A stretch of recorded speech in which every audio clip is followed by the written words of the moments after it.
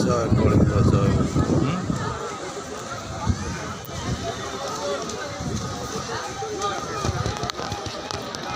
কোଣାର୍କ ମନ୍ଦିର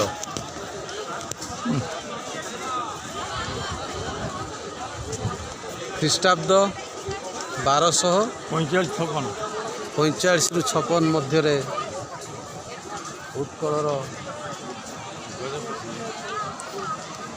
ଗଙ୍ଗବଂଶର ସମ୍ରାଟ ଲାଙ୍ଗୁଳା ନରସିଂହ ଦେବଙ୍କର ଅନନ୍ୟ ସୃଷ୍ଟି।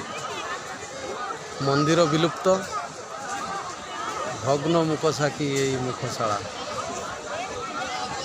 କଳିଙ୍ଗ ବା ଉତ୍କଳର ପ୍ରାଚୁର୍ଯ୍ୟ ଐତିହ୍ୟର ମୁଖସାକ୍ଷୀ ଭଗ୍ନ କୋଣାର୍କ ମନ୍ଦିର।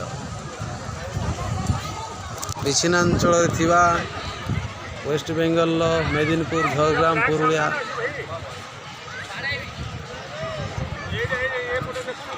କାନ୍ଥି, କୋଣ୍ଟାଇ, ଛତିଶଗଡ଼ର ରାୟପୁର, ରାୟଗଡ଼, ମହାସମୁଦ, ବସ୍ତର, ଆନ୍ଧ୍ରପ୍ରଦେଶର ଶ୍ରୀକାକୁଲମ, ସୋମପେଟା, ବିଶାଖାପାଟଣା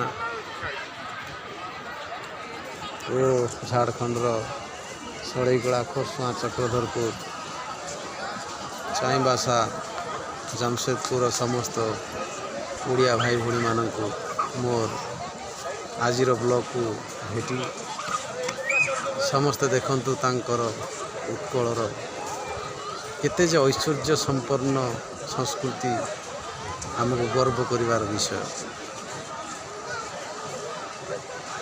এই ଦେଖୁଥିବେ କୋଣାର୍କ ମନ୍ଦିର।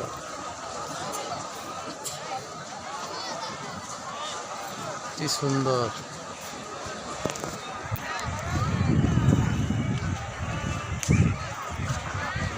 କେତେ ପର୍ଯ୍ୟଟକ ଆସୁଛନ୍ତି ସାରା ପୃଥିବୀରୁ। এই ଆମର ଉତ୍କଳ, ଆମେ ସବୁ ଉତ୍କଳୀୟ, ଗର୍ବରେ କୁହ ମୁଁ ଓଡ଼ିଆ। ଜୟ ଜଗନ୍ନାଥ, ଜୟ କଳିଙ୍ଗ, ଜୟ ଉତ୍କଳ।